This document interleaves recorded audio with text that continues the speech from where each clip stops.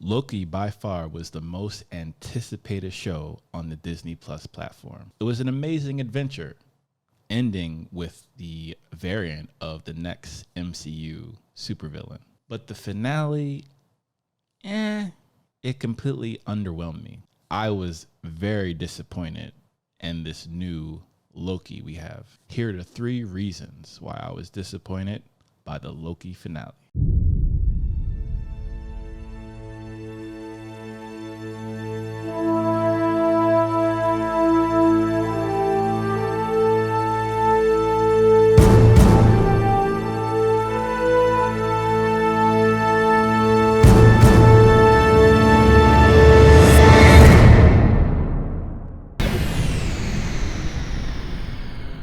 Reason number 1, Loki, for whatever reason, is neutered. He is completely neutered.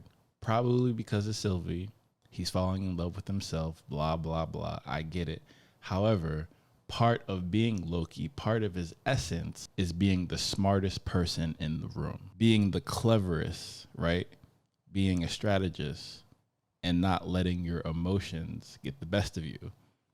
Now, from what we've witnessed from our vantage point in the MCU, this was the most opportune time for Loki to not only win, but also continue his, let's say, positive story arc of coming over to the light side. He was in the dark side. I know you guys see Slytherin in the background, right? He was on the dark side, right? For the most part, being the villain and, working with and for Thanos, and then ultimately flipping when, times got tough, per se. It's Loki, right? It's Loki. However, he always never let his emotions get the better of him. So I was very disappointed to see that. And this was the most opportune time for the MCU's biggest opportunist. I mean, he had everything at his feet. Now, I get it. He may not have wanted to use that power of the timeline to defeat Thanos and the Avengers and all that, but he had the power to do something positive. You see what I'm saying? Like, he still had that ability to do that. However, he did not take that opportunity. More specifically, he allowed his feelings for himself, his feelings for Sylvie, to get the better of him, right? Which brings me to my second reason why I was disappointed and let down by the Loki finale. Current Loki is way too passive. Loki in general makes huge, bold actions. He tried to take over Earth and he started with New York. You know what I mean? It doesn't get much bigger than that, right? He is the god of mischief, truly, lowercase g, right? And even if his character arc, as we discussed, is bringing him over to the light side from the dark, right? Why is he being so passive when the fate of existence itself and time is in the balance? This is when we need Loki at his most, with his utmost clarity. Like, I have a specific goal. I'm going to accomplish that goal no matter what. Instead, he was a passive passenger of the outcome because Sylvie, in this case, was the more proactive in their actions, which makes sense. Sylvie's a Loki, right? But this Loki variant, this TVA neutered version of Loki is just like, bro, what are you doing? Why are you just looking? And okay, of course, this goes without question. Spoiler alert. Kang the Conqueror, He Who Remains, this variant of Kang, Jonathan Majors did an incredible job. I'm not going to take that away. That, to me, that was the highlight of the finale, right? And again, the series as a whole was fantastic in terms of adventure. But the one moment where Loki needed to be Loki, he wasn't Loki. And I feel like that's what really let me down. Why be passive when we needed Loki to be bold and take action? And more specifically, he already knew what Sylvie was going to do. I mean, let's be honest. When they, again, spoiler alert, when they start kissing, you automatically know what's going to happen, right? Because she strategically, because Sylvie being a Loki, gets in the position closer to Kang And we knew this entire time that Sylvie wanted to kill Kang, right? Because he made her life hell. You know, no Asgard pun intended, right? He made her life hell from her perspective, right? So Loki knows that when Loki has that type of vengeful nature, there's nothing that's going to stop him, regardless of the emotions, right? Sylvie is being a Loki, right? Even if her actions are deeply rooted in being emotional and perhaps overly emotional, which is fair, right? He still should have known what was going to happen. And because regardless if Kang was telling the truth or not, just being there and being able to see time in a circular way, right? With him being at the end of the time, he who remains, right? You still kill him. So I'm like, Sylvie, what are you doing? And this is what Loki was trying to do. Because remember, they were fighting before with their blades and whatnot. Like, oh, let's duke it out to see who, variant Loki, or excuse me, the current Loki is like, hey, we need to figure out what's going on. And Sylvie's like, nah, I just want to kill him. But okay, what happens next, Sylvie? So Sylvie's not thinking long term, right? But she still has a strategy, which is fair. So she's being emotional and understand because she was kidnapped as a child and always on the run. We get it. But I'm talking to the current Loki who should have the long-term strategy to figure out what's going on. And remember, this is Loki in his pomp. This is Loki just after invading New York. So he's just as a strategist, just as, methodical in his approach of being a mastermind to make things happen, or at least try, right? At least having that bold, big action to try with a bit of flair and arrogance is Loki, right? He's the god of mischief, which brings me to my third point. Number 3, Loki is one of the best strategists in the MCU multiverse. We should start coining that term here on Mental Theater.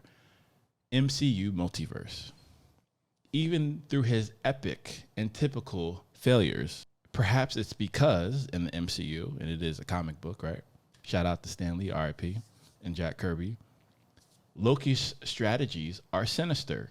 So even with this new character arc, which is cool, I don't mind the character arc of him coming over to the light, but you still got to be Loki.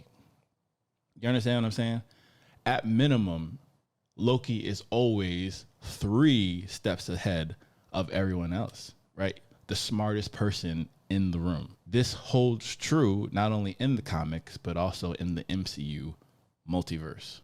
So my question would be, viewing this, what would happen if Loki's strategy was, instead of being narcissistically evil, what if he, took a playbook out of his, half brother Thor's playbook and did something that the Avengers would do? Use your cunning and your strategy for a positive outcome, as opposed to only a positive outcome for yourself. Then let's be honest, this new character arc of Loki made him more of a unselfish person, even though ironically he was narcissistically falling in love with himself with Sylvie. We get that.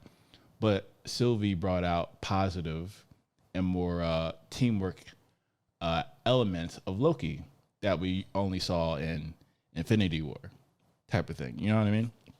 So just, food for thought for that character arc. And to be honest, to all of our Game of Thrones fans who exist in Westeros, I look at Loki similar to a Tyrion Lannister, being a complex character, but always an incredible strategist. That's his talent. That's Tyrion's talent. That's Loki's talent, to not only talk your way out of someone killing you, who perhaps rightly should in certain cases, still talk your way out of it. Why? Because of your strategy and your intellect and your perception of viewing things. So at the minimum, you're valuable enough to keep alive even after your treachery. This is Loki. This is the essence of Loki, always being able to survive even after failing to conquer. And ironically, he meets Kang the Conqueror and still fails to conquer. So I guess that's fair as well. But it's the fact that he didn't try. He was too passive. He didn't have a strategy. You understand what I'm saying? He's neutered. That's the part. That's the element that really disappointed me about the final, and more specifically disappointed me about Loki in this final, right? And the only twist that would make me look more favorable on this finale heading into season 2 and Ant-Man 3 and all the other projects coming in the MCU, multiverse, Doctor Strange 2, of course, Multiverse of Madness, is if Sylvie and Loki both conspired in a Loki way, a Loki-like manner, to kill the whoever was in charge, He Who Remains, the Kang variant, because at the time they didn't know. We of course we knew we knew who was coming. We knew it was coming. We knew Kang or a version of Kang was coming, right? Have a strategy, not be divided. And you can see through the wonderful portrayal of He Who Remains, Kang variant, by Jonathan Majors, he can tell that these two united people are not united, even though they're themselves. He knew it had to be two people. He was searching for one, but as he said, it had to be two people. However, he's playing these two people against each other. Oh, Sylvie, do you think you can trust this guy, right? Do you think you can trust Loki? And then Sylvie goes off the rails, right? She plummets, she spirals downward into negativity. And Loki just allows her to do that, as opposed to being like, listen, being the voice of reason, things like that. But Sylvie was too far gone. She had already made up her mind. So I'm theorizing here that when that thunder happened, when they go past the threshold, that's when Sylvie decided to, I'm no matter what happens, no matter what Loki says, no matter what He Who Remains says, I'm going to kill him no matter what, because of what he did to me. Right? This is for that young girl in Asgard playing with her toys, getting kidnapped by the TVA without any explanation, and then having to go on the run. This is for her. And I get that. I understand that. But I was disappointed that Sylvie didn't understand the magnitude of what she has done. So you could have made a promising situation, especially getting to that point after all she's been through. You potentially made the situation worse by unleashing Kang. Because this current Kang alive for 1,000,000 years, 1,000,000 lifetimes, right? And then you still kill him and unleash the conquering variants of himself who conquer. So it's kind of like, but that's just me. What do you guys think? What do you think? How did you feel about the finale? How did you feel about the series as a whole? We're going to be talking about it more on Mental Theater, of course, going forward. Definitely going to talk about it on Big Mike, Little Ant. Shout out to them. Put the link in the description for both of those videos. Because, again, for me, it would make more sense for a Loki to want to strategize to get control of the timeline, which they were given it on a platter by the person who controls the timeline. Hey, you guys can run it, right? That's like competing with, let's say you're a business owner. You're competing. You own McDonald's, right? Actually, no. You're a Burger King, and the owner of McDonald's is like, you know what? You guys can run it. Come own McDonald's, right? And I'm like, hey, go run McDonald's. Instead of being a cog on the wheel again and unleashing a more dangerous version of the person you're seeing who has this influence over your very existence. You're unleashing a more dangerous version of him. And Sylvie, that was your decision? That's a horrible decision. And this is literally one of the people, if possibly the only person in the MCU multiverse who can rival Thanos individually. And your choice is to kill the more rational, logical tamer version of this conqueror and unleash not one, not two, not three, not four, not five, not six, not seven, probably at minimum versions of Kang. Just not a great decision. So again, that's just me. I want to know what you guys think. Let's have a wonderful conversation in the description. Please like, comment, and subscribe. Appreciate the support, and talk to you all soon.